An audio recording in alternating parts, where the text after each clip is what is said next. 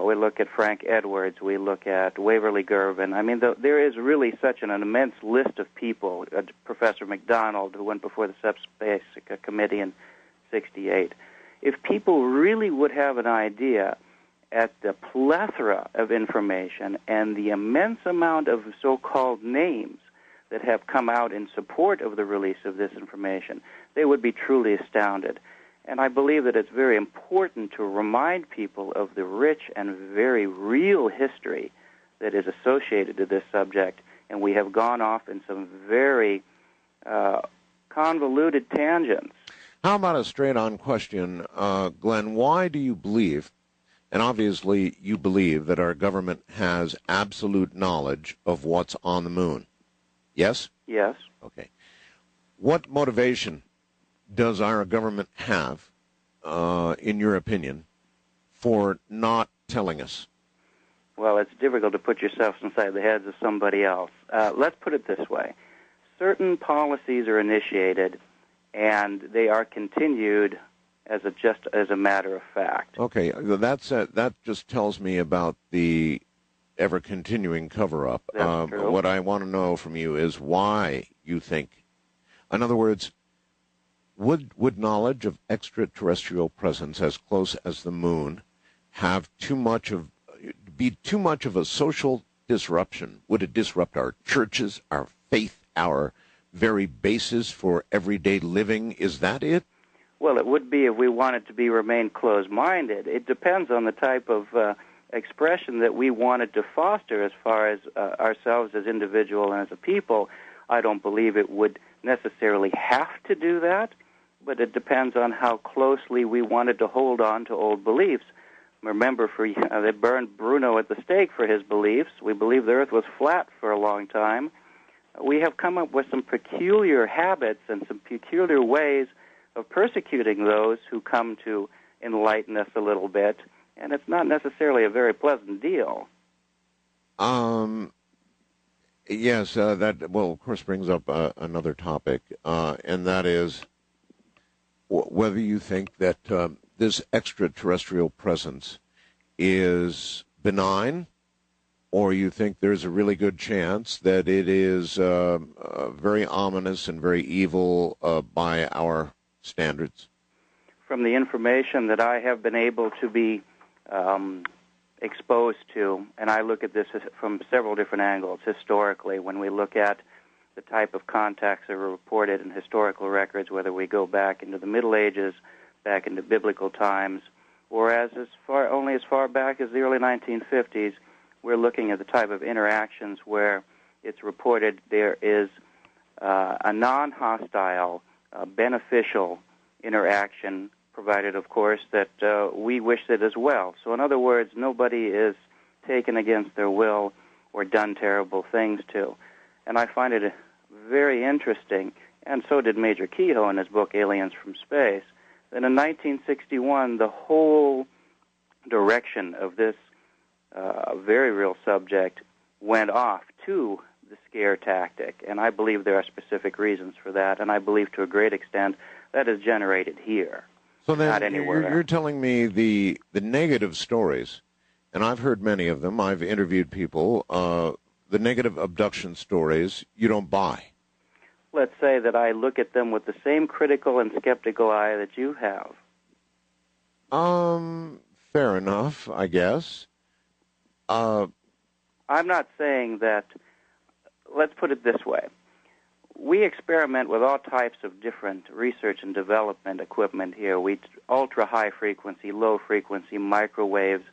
The list can go on. And a lot of these have psychological repercussions. Richard C. Hoagland made some remarkable claims about glass structures on the moon, crystalline glass structures. I've heard that from any number of guests. Gigantic things, just monstrous things, actually going very high above the surface of the moon. Do you give credence to that?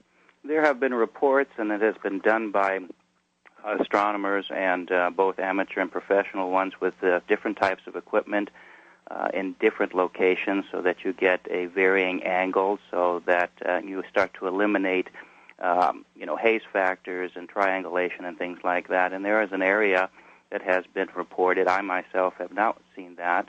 A large Van de Graaff type structure that stands, and based upon the measurements of its shadow, they're talking about it perhaps 5,000 feet high. Yes. I know I discussed this with John Lear, and I consider John a friend, even though we agree on some things, we disagree on others, but we share the same desire for the truth, and we served together flying airplanes, so we have talked about this subject. No as kidding. well. You served with John, huh? Yes, we have.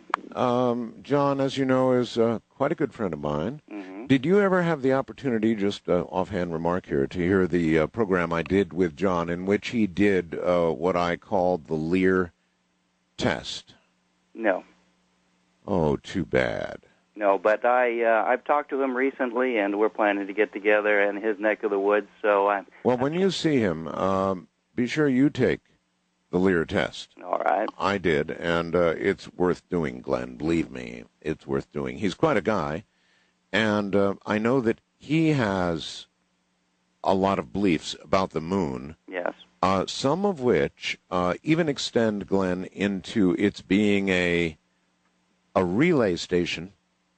Brace yourself for souls. Well, there can be all kinds of speculation. I, at this stage of the game, have dealt with the NASA photographs that my father collected due to his association when he went to lecture before 22 scientists at Goddard Space Flight Center at 67. Actually, it was an invitation along with the Pentagon as well thereafter. And I've seen the microfiche and the volumes of photographs where you go through and then you order the photographs and they come in 8 by 10s or 20 by 15s, and then you go through them, high-quality pictures, and then you can start to pick out things like clouds and formations and areas that appear to be under construction. And so there's a great deal of information, and I don't believe the government hides that from us. It just requires a curiosity factor and a diligence on our part to go and look for it. All right. Now, listen to me, folks. We've put some photographs. Glenn has put some photographs up on the coasttocoastam.com website. Now, Glenn, what I want you to do is knock my socks off. And I want to invite the audience to go up and take a look at these photographs as well.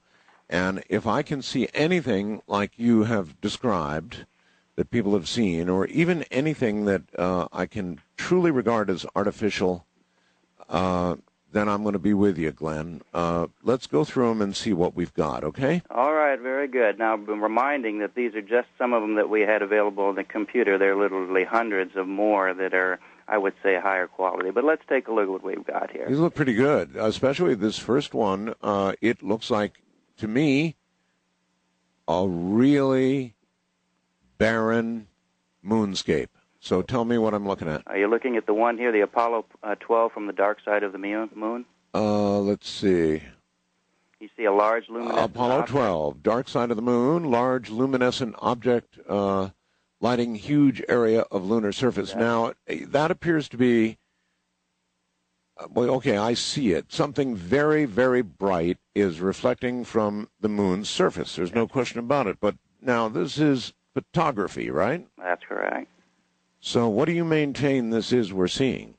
Well, this is the question, and this is the reason the book exists, and this is to create an open dialogue about what we have theorized about and what we have perpetuated over decades and what tends to exist or question those things. So what do you think it is? This here on the dark side of the moon, on this particular orbit, it was during the time when the sun's in the opposite direction. So you see down here on the surface, normally if this photograph would be taken on the dark side with nothing luminescent on the surface, and of course you'd have a black photo. Right. And barely be able to see any of the topography or geology involved. Looks like they dropped a flare.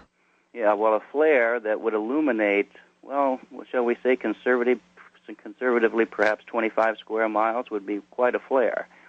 So we're looking at a shot that's taken, this is a Hasselblad picture, so it's a high-quality, high-definition picture. It is, indeed. Of a large, illuminated area on the dark side of the moon. And that, of course, brings into question,